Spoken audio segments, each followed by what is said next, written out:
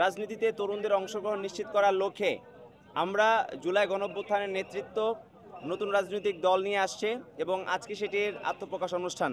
আমরা মনে করি যে জুলাই গণঅভ্যুত্থানের আকাঙ্ক্ষাকে বাস্তবায়ন করার জন্য জুলাই আমাদের গণঅভ্যুত্থানে আমন্ত্রিত যারা অতিথিদের নেতৃত্ব জন্য তারা নির্দিষ্ট তাদের জায়গা জায়গা থেকে করে সচেষ্ট দেওয়া ভূমিকায় হয়েছে। অবতীর্ণ হয়েছে আপনারা এবং নিজ নিজ আসনে বসে তরুণদের যে যাবেন। রাজনীতিমুখী যে যাত্রা সেটি অবশ্যই বাংলাদেশের জন্য কল্যাণ বয়ে আনবে।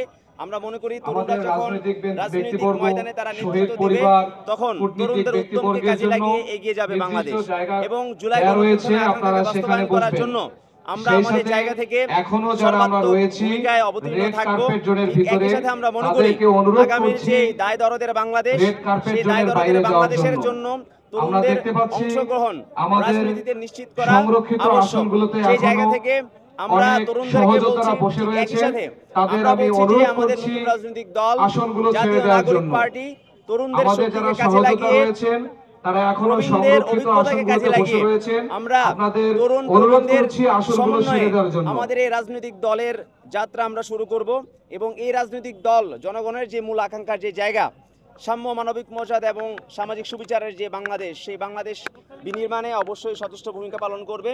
আমাদের জুলাই গণঅভ্যুত্থানের শহীদদের আকাঙ্ক্ষা বাস্তবায়ন করার জন্য আমরা বদ্ধপরিকর।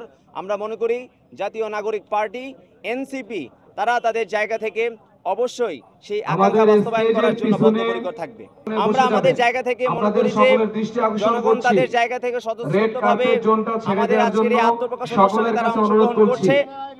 এরকম ভাবে আমরা চাই যে বাংলাদেশের সকল রাজনৈতিক দল তারাও যদি এখানে উপস্থিত থাকে। ইতিমধ্যে আপনারা জানেন যে আমাদের আজকের আত্মপ্রকাশ অনুষ্ঠানে আমরা বাংলাদেশের নিবন্ধিত এবং অনিবন্ধিত সকল রাজনৈতিক দলকে আমরা আমন্ত্রণ জানিয়েছি। আমরা চাই বাংলাদেশে এক সমৃদ্ধির বাংলাদেশে পরিণত হোক, এমন এক বাংলাদেশ আমরা চাই যে বাংলাদেশে আমরা সকল রাজনৈতিক দলকে যেকোনো দুর্যোগে যেকোনো সংকটে আমরা একসাথে পাবো সেই আশা ব্যক্ত রেখে আমরা জাতীয় নাগরিক পার্টি আজকে আমাদের আত্মপ্রকাশ অনুষ্ঠান শুরু করছি।